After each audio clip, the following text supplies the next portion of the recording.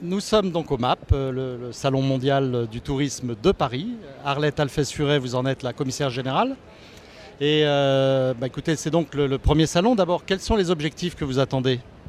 Alors les objectifs quantitatifs en tant que visiteurs, nous espérons 15 000 visiteurs professionnels et 100 000 visiteurs grand public.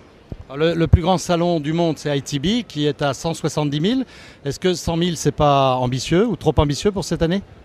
Non, c'est pas trop ambitieux sur Paris, Île-de-France, qui est en fait la population qui part le plus fréquemment en vacances, qui a donc vacances ou loisirs, c'est-à-dire les week-ends et city break.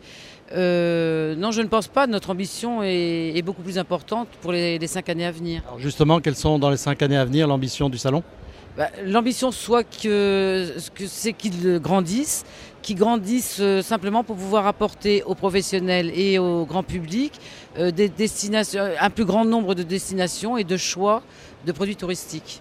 Alors, c'est un salon qui est à la fois business to business, c'est-à-dire professionnel vers les professionnels, mais aussi professionnel vers le grand public. Est-ce que cette confusion des genres, on va dire, est compatible justement dans un salon? Est-ce qu'on peut mélanger les deux? On ne les mélange pas tout à fait parce qu'effectivement ce ne serait pas souhaitable. Les professionnels ont 2 jours qui leur sont totalement dédiés.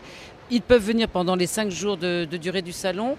Les 3 autres jours où nous acceptons le grand public, où le grand public peut venir voir les produits touristiques, les professionnels ont un badge, donc facilement reconnaissable par les gens qui tiennent les stands et qui peuvent avoir un discours différent avec eux, de professionnel à professionnel. Alors, une autre question qui me paraît importante, il y a beaucoup de salons en France, une quinzaine de salons touristiques de toutes sortes.